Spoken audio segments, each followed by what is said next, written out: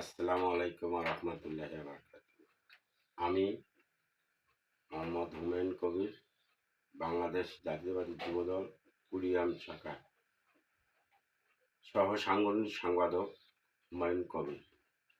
আজ পবিত্র ঈদের ফিতর, তাই সকলকে ঈদের শুভেচ্ছা জানালাম। ঈদের শুভেচ্ছা জানাচ্ছি প্রধানমন্ত্রী তারেক রহমান এবং আমার কেন্দ্রীয় যুবদলের সাধারণ সম্পাদক নয়ন ভাইকে এবং সারা দেশের আমার যুবদলের নেতা কর্মী ভাইকে। আজ খুবই দুঃখের সহিত একটি কথা না বললেই না। আমরা যারা 17 বৎসর দলের জন্য ত্যাগ দিয়ে রাজপথে জীবন সবকিছু আমরা হারিয়েছি, ফ্যামিলি হারিয়েছি, সন্তান হারিয়েছি, রক্ত দিয়েছি। আজ অবহেলিত আমরা এক জায়গায় পৌঁছে গেছি।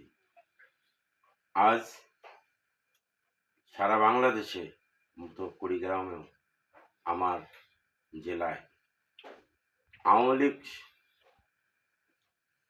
স্বৈরাচারের দোসররা এবং দলের সুবিধাবাদী নেতারা যাদেরকে রাজপথে কখনো দেখা যায়নি। 28শে অক্টোবরের পর থেকেও আমরা কখনো কাউকে পাইনি।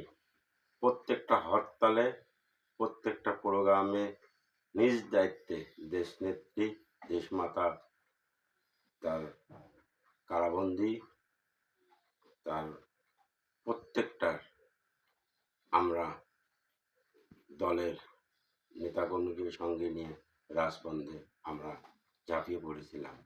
আজ দুঃখের সহিত এমন একটা জায়গায় পৌঁছে গেছি যে আজকে আমাদের মতো কর্মীদের অবহেলিতভাবে আমাদেরকে রাখা হচ্ছে। আমাদের কোনো মূল্যায়ন নেই। মূল্যায়ন স্বৈরশাসক গোষ্ঠী এবং সুবিধাবাদী কিছু দলের নেতাকর্মীর কারণে আমরা আজকে অবহেলিত। তাই দলের কাছে আবেদন করছি, আপনি সহানুভূতি দেখে খেয়াল রাখবেন, সুবিধাবাদী যেন দলটাকে যেন ধ্বংস করতে না পারে। আমরা দুর্দিনেও ছিলাম, দুর্দিনে যুদ্ধ করেছি, সংগ্রাম করেছি। আবারও যদি পার্টির দুর্দিনে থাকা লাগে আমরা থাকবো, ইনশাআল্লাহ কথা দিলাম।